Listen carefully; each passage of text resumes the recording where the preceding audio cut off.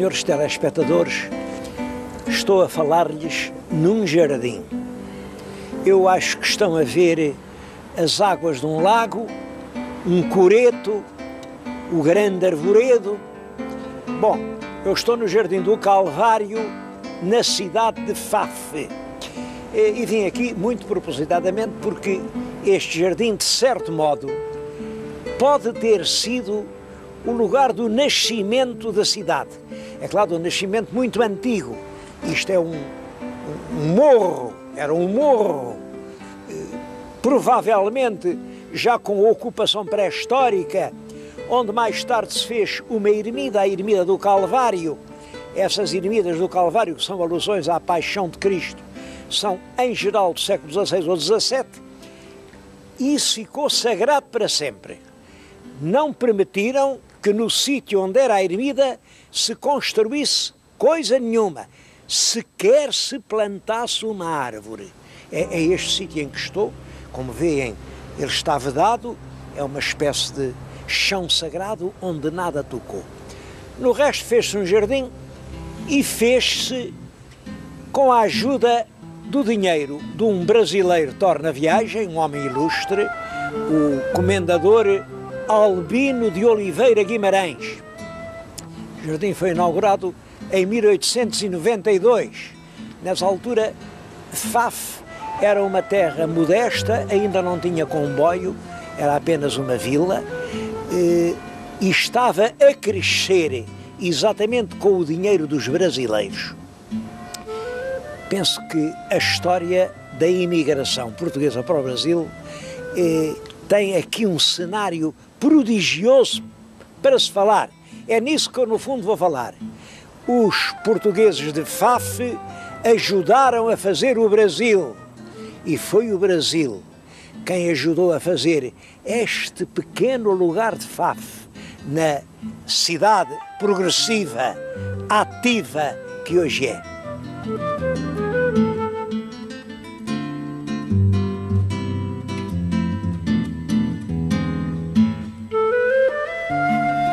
Mas não é só aquele jardim que é obra de um português imigrado no Brasil e regressado a Portugal. Talvez no nosso país não haja nenhuma cidade que deva tanto aos imigrantes brasileiros como a cidade de Faf. Aqui um erudito local, o Sr. Dr. Miguel Monteiro, que quero dizê-lo, é dos eruditos locais, o que com maior amplidão de vistas, com maior inteligência de conjuntos, tem feito a história da sua terra, fez o recenseamento dos palácios de brasileiros torna-viagens e aqui no centro da cidade encontrou 43 casas particulares, porque além disso também há os edifícios públicos. Eu estou a falar-lhes diante de duas casas de brasileiros. Uma, como veem, é ainda ao gosto romântico, a outra é um pouco mais neoclássica, mas por toda a cidade há a casa do brasileiro, que muitas vezes nem era aqui propriamente de Faf, era dessas aldeias à volta, que são pequeninas aldeias, mas que quando voltavam à pátria queriam botar figura na vila que era a sede do concelho. Daí a reunião aqui de muitas famílias que vieram do Brasil e que ainda hoje continuam. Olhem, o que agora estão a ver é um automóvel que acaba de passar por mim e que levava arvorada uma bandeira do Brasil. Eu perguntei ao condutor, o senhor diz-me, por favor, porque é que leva a bandeira do Brasil? E ele explicou, é porque esta menina que veio ao meu lado, e era um bebê de 15 meses, esta menina é brasileira. Um homem de Faf que anda aqui, está em férias e anda orgulhosamente com a bandeira do Brasil no seu carro. Continua ligada Faf ao Brasil. Há imensas histórias de pessoas importantes do Brasil que estão ligadas à cidade de Faf. Eu vou contar algumas.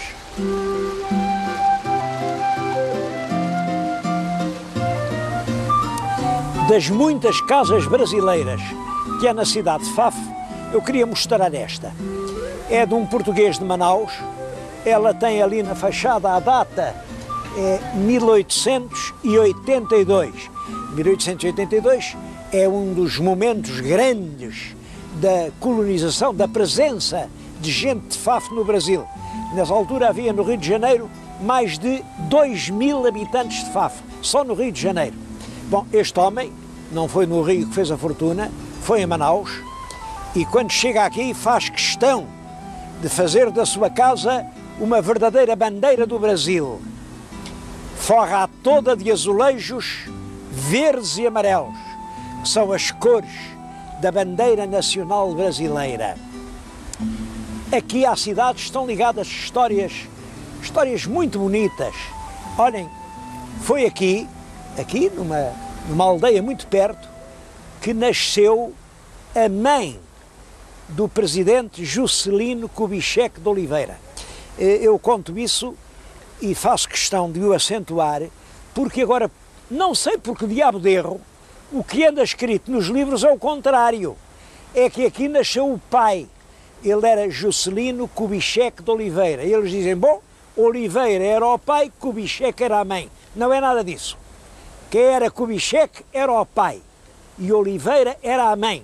E eu sei isso porque tive a honra de ser amigo do presidente Juscelino, que me levou à casa dele, e numa altura em que a mãe ainda era viva, já estava muito velhinha, e estava já sem movimentos numa cama. Mas quando soube que eu lá ia, que eu era português, ela fez questão de me ver.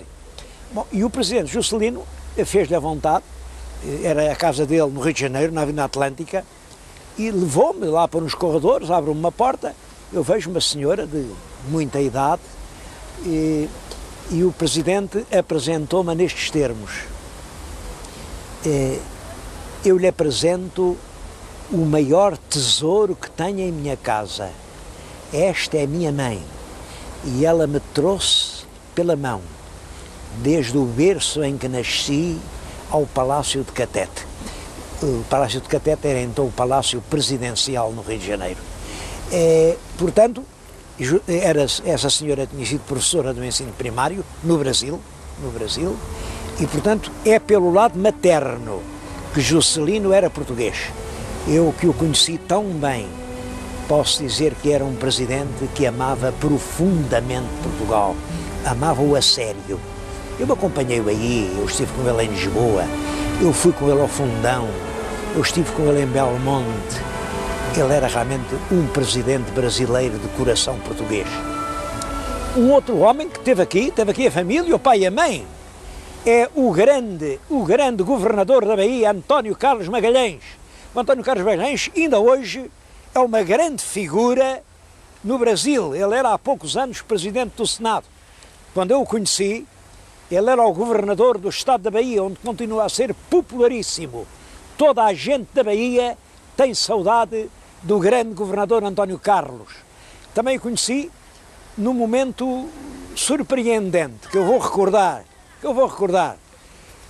Era o dia 22 de abril de 1973, o dia da comunidade lusíada, e fizeram no ponto em que o Cabral, o descobridor do Brasil, desembarcou em Porto Seguro, fizeram aí uma reconstituição, uma missa solene, em que devia estar presente o próprio presidente da República do Brasil, que era o general Emílio Garrastazu Médici, presidente Médici.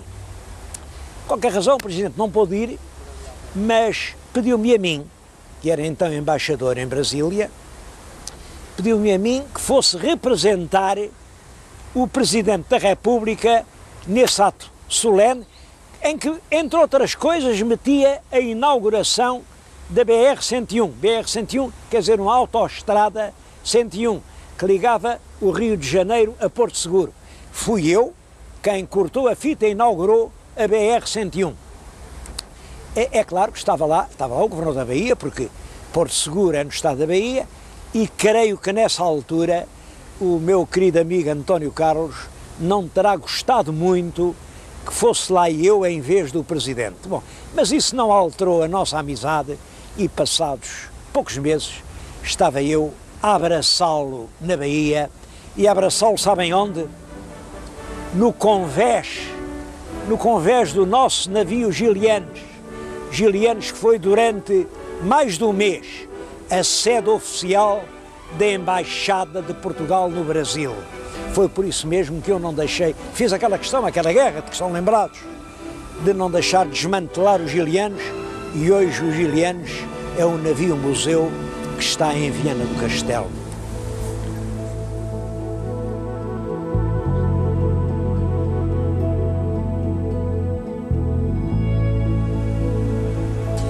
Mas, além do jardim e das casas para morarem, os fafenses do Brasil fizeram aqui os hospitais, as escolas, os asilos, um asilo para os velhos, outro asilo para a infância desvalida, as indústrias, a própria igreja matriz, o clube onde se reuniram.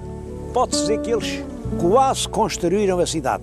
Eu estou a dizer-lhes isto em frente do hospital, que é uma cópia, é claro, um bocadinho mais pequena, da Beneficência Portuguesa do Rio de Janeiro. Quem esteve no Rio sabe que a Beneficência é um dos principais monumentos de bem-fazer daquela grande cidade. Eu devo muito à Beneficência, visto que estive lá internado e fui lá muito bem tratado. Pois bem, eles trouxeram o desenho da Beneficência e aqui em Faf fizeram esta réplica da Beneficência. É notável realmente a influência que o brasileiro teve em Faf. Claro, nem tudo foram histórias felizes. E eu agora vou-vos contar uma história muito dramática.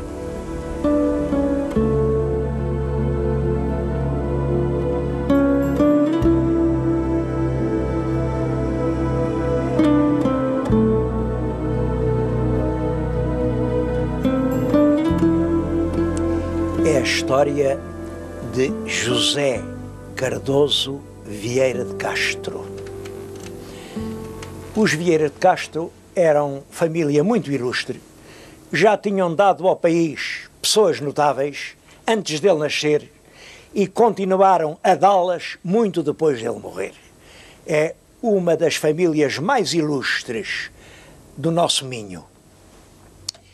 Este José Cardoso, ele nasceu em 1838 e nasceu com uma ânsia e uma sede de glória que viria a ser a sua perdição. Era de gente abastada, filho de um desembargador, matriculou-se em Coimbra para se formar em Direito, mas logo, ao princípio, logo no primeiro ano, dá-se em Coimbra um acontecimento destas coisas que acontecem. É um concurso para lentes, para lentes substitutos. Há 4 vagas, mas há 5 candidatos.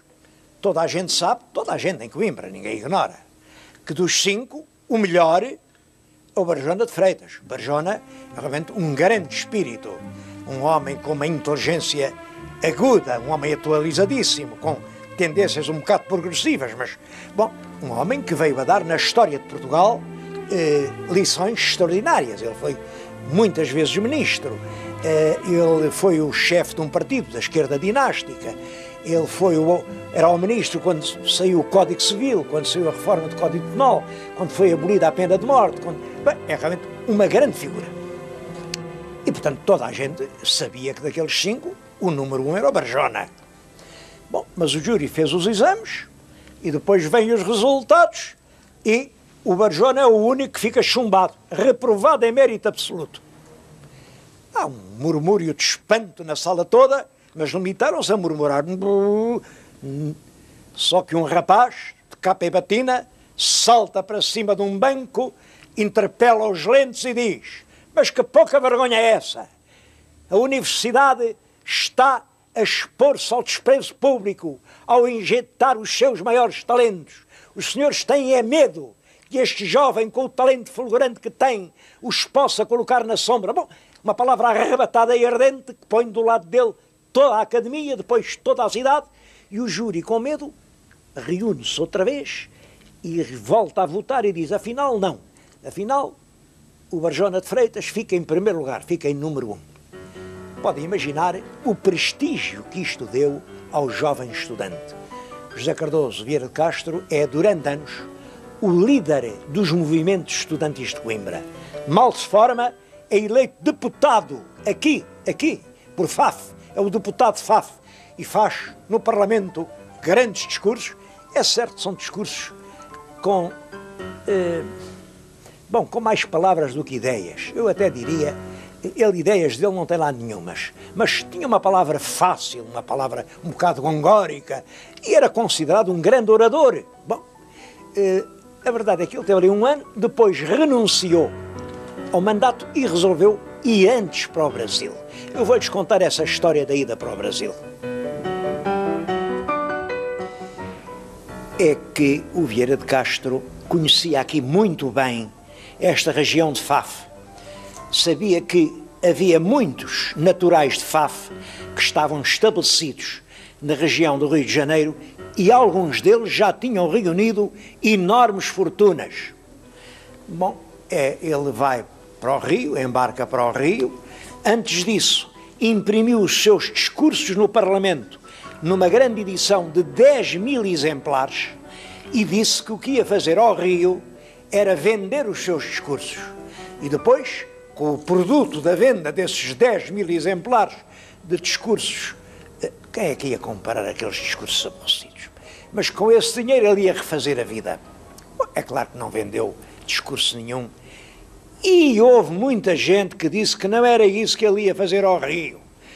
Porque até no navio em que fez a viagem, havia quem dissesse que ele tirou do bolso e mostrou aos amigos uma lista das meninas muito ricas do Rio de Janeiro.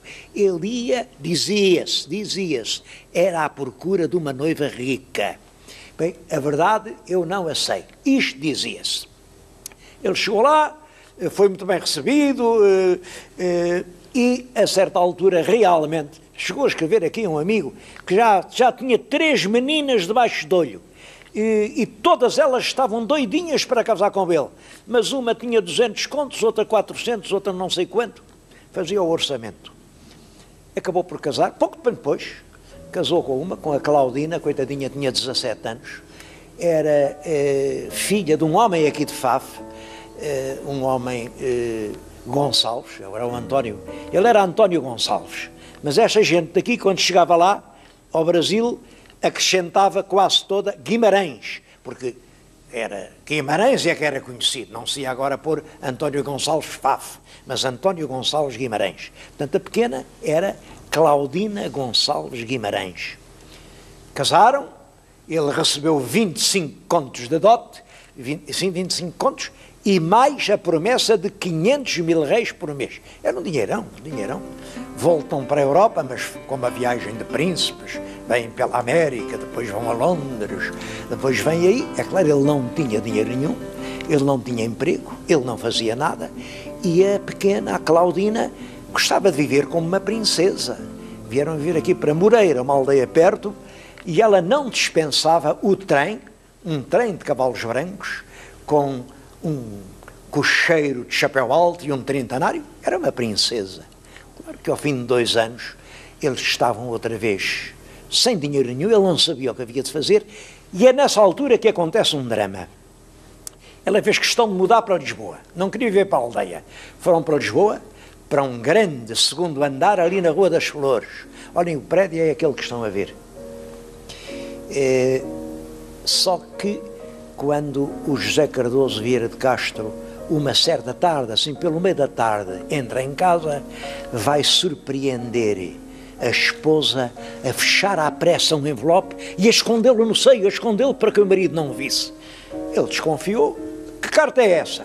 Eu não te dou. Prefiro deitar-me da janela abaixo. Ora, é claro, ele tira-lhe a carta, lê a carta.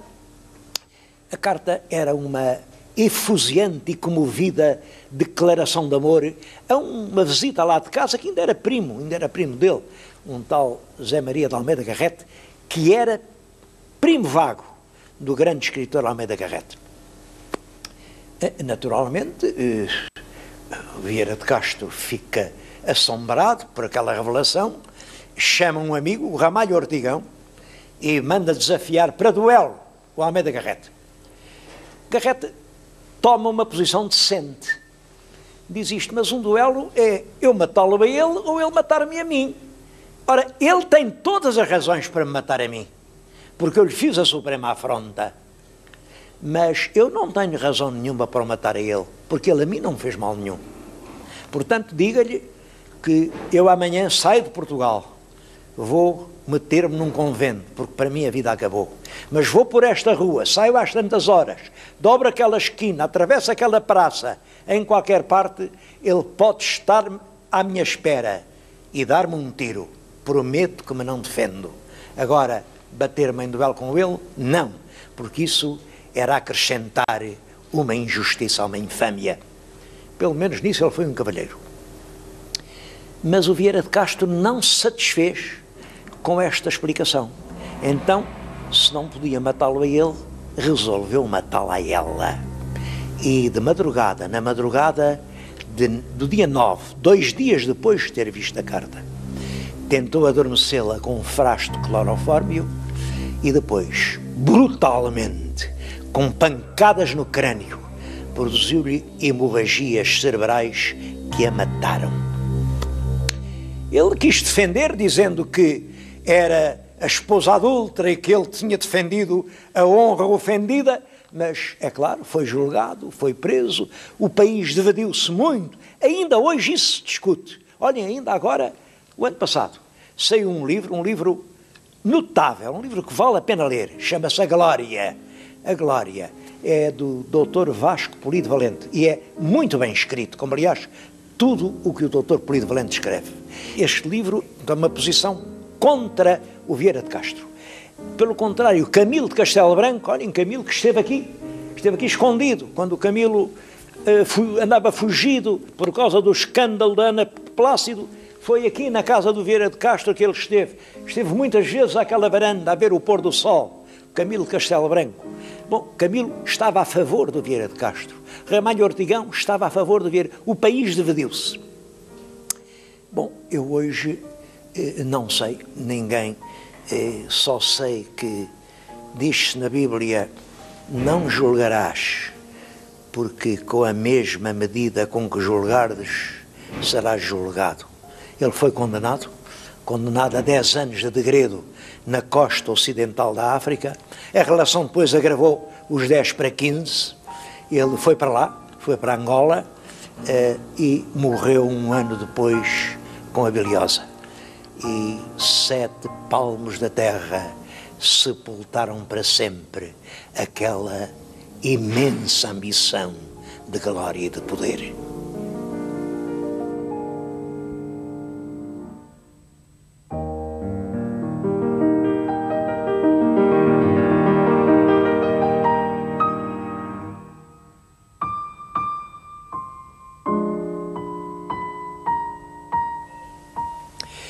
Quando se fala em FAF, há logo uma expressão que vem à cabeça: justiça de FAF.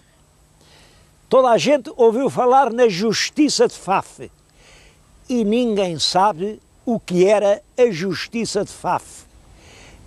É uma frase, justiça de FAF, isso liga-se mais ou menos assim no espírito popular com o varapau, com a luta de pau, e em 81 a Câmara mandou fazer um monumento à justiça de FAF. Penso que este monumento não traduz com realidade a ideia da justiça de FAF. Como veem, o monumento mostra um camponês com um grande cacete a dar uma paulada num senhor de sobrecasaca e chapéu de coco. Portanto, aquilo simbolizaria uma luta do trabalhador contra o patrão. A justiça de FAF nada tem a ver com isso, tem a ver com uma outra coisa. É que aqui o tribunal, a comarca, quer dizer, a justiça feita de acordo com o Código Penal e com o Código Civil, aparece tarde, aparece já muito avançado o século XIX. E só nessa altura é que começa a haver uma justiça como deve ser. Antes disso, a justiça faziam-na, olhem, os interessados, cada um à sua maneira e com uma vara igual a esta. Ainda hoje, aqui em Faf, um jogo tradicional é o jogo do pau. Eles pegam nisto e, enfim, manejam no história. Eu não sei jogar o pau, naturalmente, embora quando era pequenino era escoteiro e eu também recebi umas lições, mas nunca fui grande mestre neste negócio do jogo do pau. Portanto, é completamente diferente. Era uma justiça privada, feita à paulada com os interessados. Naturalmente, enfim, a pena maior seria uma bordoada na cabeça, é claro que era uma coisa perigosa, e não se pode permitir a justiça privada, mas não tem nada a ver com aquilo. A justiça de Faf não metia chapéu de coco. É preciso perceberem isto.